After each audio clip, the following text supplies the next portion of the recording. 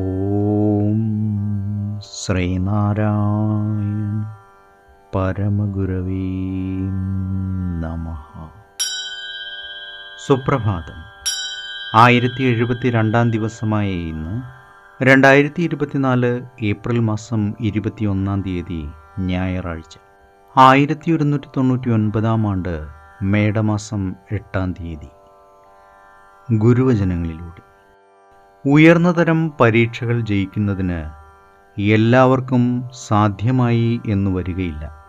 അതിനാൽ ഒരുവിധം ധനമുള്ളവർ സാധുക്കളും വിദ്യാതൽപരരുമായ വിദ്യാർത്ഥികളെ കഴിയുന്നത്ര സഹായിച്ച് ഇതര ദേശങ്ങളിലയച്ച് വിദ്യ അഭ്യസിക്കാൻ ഉത്സാഹിക്കണം.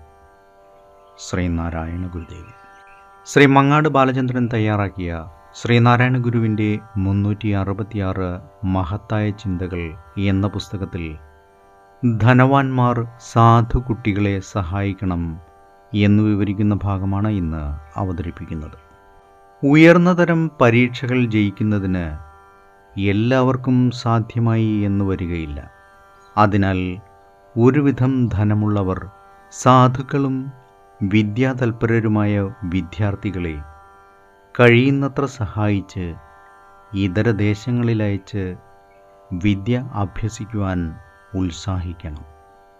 ചേറായി വിദ്യാപോഷിണി സഭ 1912 ഗുരുദേവന് ഒരു മംഗളപത്രം സമർപ്പിക്കുകയുണ്ടായി.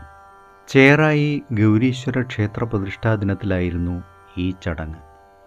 അനേകായിരം ജനങ്ങൾ പങ്കെടുത്ത ആ യോഗത്തിൽ വച്ച് മംഗളപത്രത്തിന് മറുപടി പറയവെയാണ് ഈ ഉപദേശം നൽകിയത്.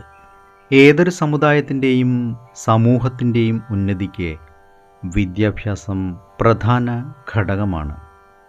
ഉന്നത വിദ്യാഭ്യാസമുള്ളവരേറിയാൽ സമൂഹത്തിലെ ജീർണതകൾ കുറഞ്ഞു വരും, സമൂഹോദ്ധാരണത്തിന് വേഗം കൈവരും, ശുചിത്വവും വർദ്ധിക്കും, പരിവർത്തനങ്ങളും ആചാര പരിഷ്കാരങ്ങളും നടപ്പിൽ വരും. വിഷയങ്ങളെ കാര്യകാരണങ്ങൾ വച്ചുകൊണ്ട് വിലയിരുത്തുവാനും അവയിലെ ഗുണപരതയെ സ്വാംശീകരിക്കുവാനും അത് ജനങ്ങളിലേക്ക് പ്രചരിപ്പിക്കുവാനും ഉന്നത വിദ്യാഭ്യാസമുള്ളവർ വേണ്ടതുണ്ട്. ഒരു റോസാച്ചെടി സാധാരണ കാഴ്ചയാണ്. എന്നാൽ അതിൽ വിരിയുന്ന പൂവിൻ്റെ സൗന്ദര്യം അസാധാരണ കാഴ്ചയും സുഗന്ധം വിശേഷാനുഭവവുമാണ്. ഇങ്ങനെ അസാധാരണവും വിശേഷവുമായ കാഴ്ചയും അനുഭവവും കൊണ്ട് വിദ്യാസമ്പന്നർ സമൂഹത്തിന് മൂല്യബോധവും ദിശാബോധവും നൽകും. ഇത് സമൂഹോദ്ധാരണത്തിന് ശക്തി പകരും.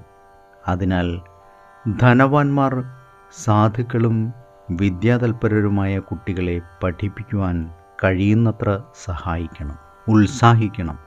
ഇതെല്ലാം മനുഷ്യ സേവയാണ്. മനുഷ്യ സേവ തന്നെയാണ് ഈശ്വര സേവ. ഏവർക്കും നന്മ നിറഞ്ഞ ഒരു സുദിനം ആശംസിച്ചുകൊണ്ട് നിർത്തുന്നു. നന്ദി, നമസ്കാരം. ഗുരുധർമ്മം ജയിക്കട്ടെ. ശബ്ദം നൽകിയത് സുജീഷ് മഹേശ്വരി.